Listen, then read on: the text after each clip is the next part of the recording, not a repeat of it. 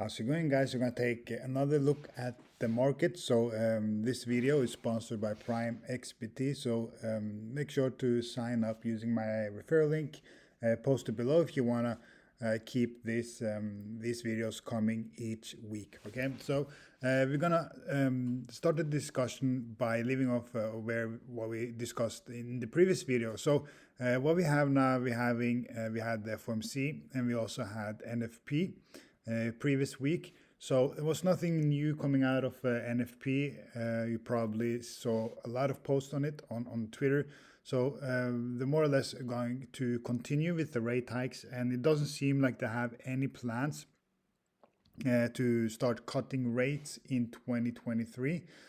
So most likely this is just going to be prolonged. Now, the numbers that came out from NFP was very good job numbers. Okay, so very strong job numbers, meaning that we don't see a recession just yet, or we're not seeing any major issues in the labor market, meaning that the Federal Reserve has no problems continuing to keep the rates high and continue with raising rates, okay? And that is why you saw sort of this pivot. If the numbers were very weak, the Federal Reserve would probably need to take a step back, and potentially pivot due to weak numbers, right? Because they do not want this to go to have an issue with the economy, and the way they do that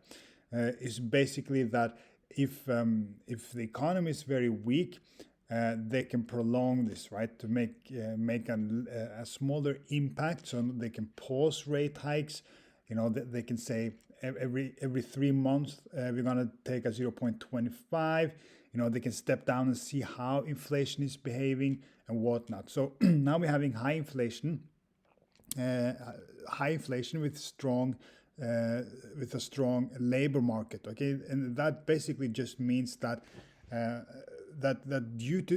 since we're having high inflation, they need to do something about it, and the economy is in such a good shape that they think that they are able to take it, right? So we can sort of prolong this sort of mild recession and see how things are going. All right.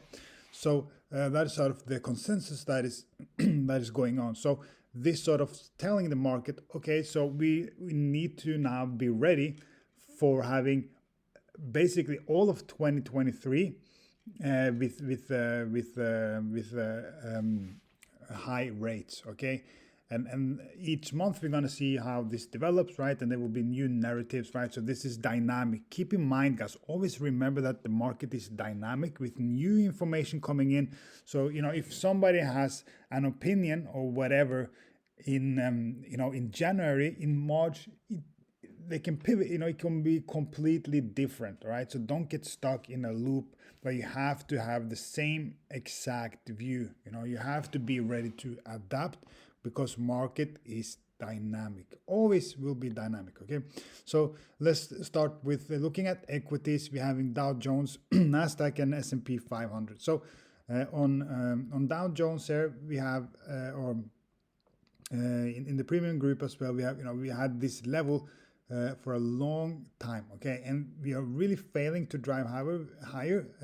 We had a lower high, right? So we had a week into the weakness. So in theory, we're having sort of a 3 drive into this level, okay? And for me, this really implies, even on a daily here, you can see that most likely we're coming lower in towards these lows. We used most of the liquidity, and I think the next one should be now 32,000. I think it's the next one. You can see how we came into the 80 and 70 order fib level, okay? And I'm thinking we're going lower. On our 8-hour chart, you can see this is sort of the short-term target. We're having weekly lows. We can probably put on some monthly levels. Let's see. Yeah, and then we're having the monthly lows afterwards, right? So from that, I think we can easily go lower into some of these levels. I was hoping for the order fib to deliver me the 80 and 70 lower, but it didn't, doesn't really matter. It's around these levels, okay? So around a big figure, 30,000 as well is a major level, okay? But let's see how things are unfolding. So we're having these fractals that we discussed in previous video, or whenever, I can't remember. We didn't get quite as high as I hoped, but we had this wick, this expansion into daily market structure high, into the void, right? So you can see that we basically just touched the void there, and now we're seeing sort of a pullback from that level. We're having the first order fib within that particular level. That's a decent level, and below. Okay, so I think we will see how things are unfolding. So if you do actually get into this lower spectrum of price action on a weekly basis, that will be also a weekly engulfing candles. And the same goes for monthly. Okay, so that would be monthly engulfing to the downside. Okay, so we're just flirting with these highs, right? So I have no opinion yet. I would prefer for price to come back down to 3,000, but let's see how things are unfolding at these levels. Okay, so we're sitting sort of at a decision point, which is very difficult to the market, right? So you might be stuck in a loop in the way you perceive the market, but what you have to sort of acknowledge, if you go here to the monthly, we are in a decision point, okay? And by that, what I mean is that if you look here, let me take that one off, doesn't really matter. So what I mean by that, if you look at the price action right there, right, that's sort of price is trying to pivot, right? That is what market is doing, right? So they're having an information for Federal Reserve, and they're trying to pivot. Now what happened is that we're having the same exact PA as we did at the top, right? You can see that exact same price action, and you're having sort of that gap in between there. Now what that price action is in reality is very simple, right? It's just that price came back up, created a consolidation, ran into the void, right? Then had a retest, failed to drive that, and you're getting lower, right? And you're having the same on to the downside, right? So price ran down, right? And then had another run into the weakness, failed to drive lower, retried, and then you had the pivot narrative that came in November, and then price ran upwards, okay? And you're having the same price action to the upside, to the downside. Now, what price needs to do basically at the moment, which is very difficult, is that it has to decide, right? So if price now continues, the narrative will be then we're having a positive market, and they expect price to move back up in towards new highs, right? And if it fails to do that, and we're starting to drive below 3,800, that would signal to the market that we are still in a bear market, and we're looking for lower lows, right? So we're in a place where market is sort of once we're getting out of this range, it really needs to decide: are we trying to get for a higher high, or are we trying to go for a lower low? And that is why liquidity and volatility is very flat, right? Very flat after this massive run up. You're having the same on Nasdaq. We came into this void, we tapped into that liquidity, to this level, to the top layer of liquidity, right? And then it's probably a 70% retracement. Let's check if you take from the low to the high. Yeah, exactly to the 70 retracement, right? And I'm expecting some price action to come off of it like this. And it's a very decent, if you look at the response in that, you're having a massive run up, right? And then you're having two rejections, and then you're having that follow-up candle. So let's see how that unfolds. Most likely we're going low, right? So having that narrative, if you go back now to the dollar chart, right? We discussed this level. We had this level. We actually broke below it, right? Reclaimed that. We engulfed. This is a daily chart, keep in mind, which is highly important. If you look at the RSI below, you can see that we're having a massive divergence actually on a daily here, multiple divergence. Then you're having sort of that pivot there into that low liquidity within that level, weakness, right? So there's no liquidity there, price reverses, okay? And then taking all of these, don't take the stops up, but you get the point, right? And now we're moving back up, probably into some of these first to these areas to begin with, okay?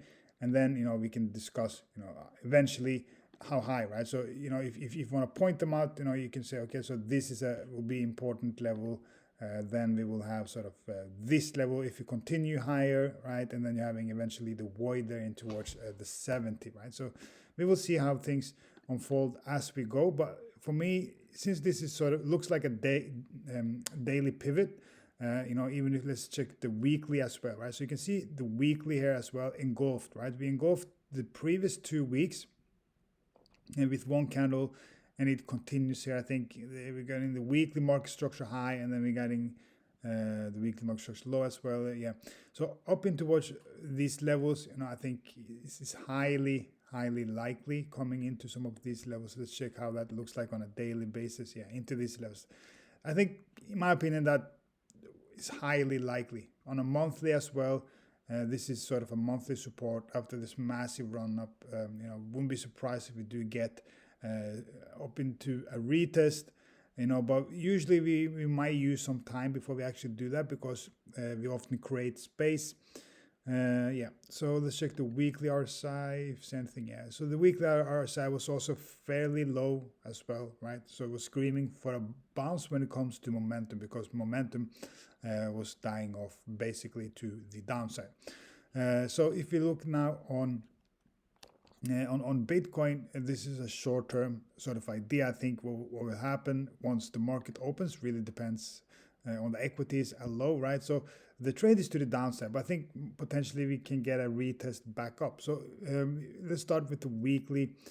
So weekly is fairly oversold. I actually had more room to go, to be honest, on a weekly basis there. We can take that off. Let's take that off. So we're having market structure low on a daily. We took that out. The next one is lower, close to the 70 and 80 retracement. 200 EMA on a weekly, holding price in towards that previous high as well. If you go to a daily chart, right? So we sort of went into this previous top, okay, and we're seeing that rejection. We're sort of creating a base here of liquidity that might push price lower. We have some space, I think enough space. Intraday would be nice if you could get sort of a wick similar to the other side, right? So I really want to see something similar as we saw on the other side, and usually often you will see price mimic itself on each side. So something like this. If let's see if we can mirror it or flip it. Give me a second here. Not mirror, maybe. Sorry, just give me 1 second. Yeah, something like this, right? So the sort of my idea for this,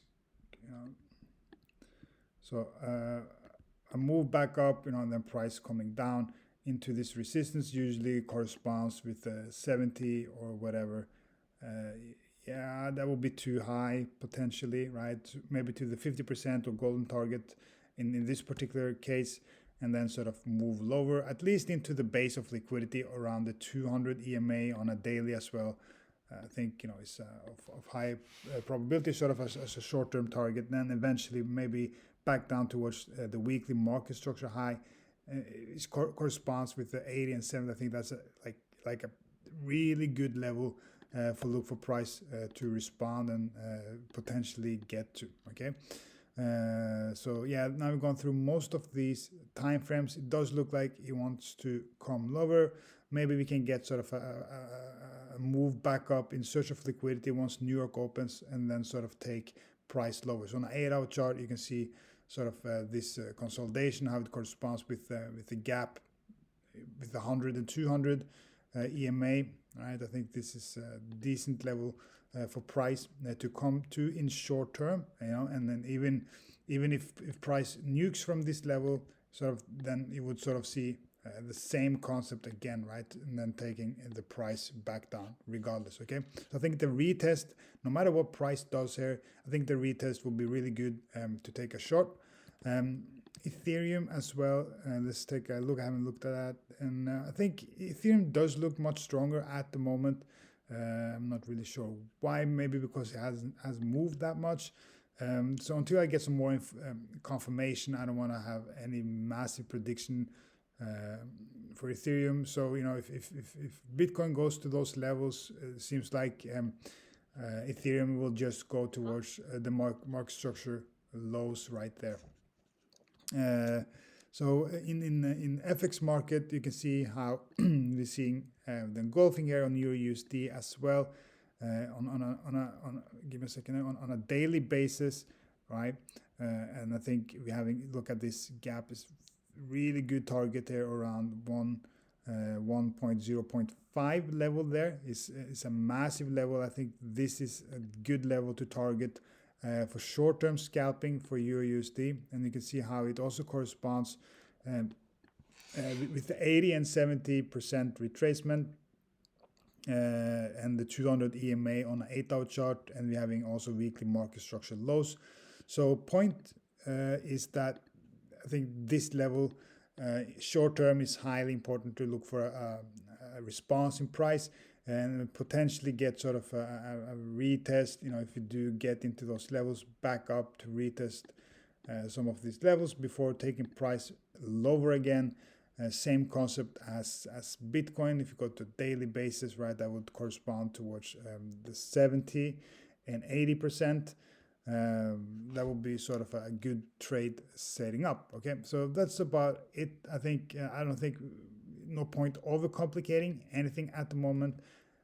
Quick look at oil. I haven't looked at oil for quite a while. Yeah, so we've been discussing the 60 level for some time now. It looks even heavier, I think. To be honest, the way this is shaping between 40 and 60 is sort of the next target range. It does look like we're sitting here, we're going for the weekly market structure low, where's the monthly.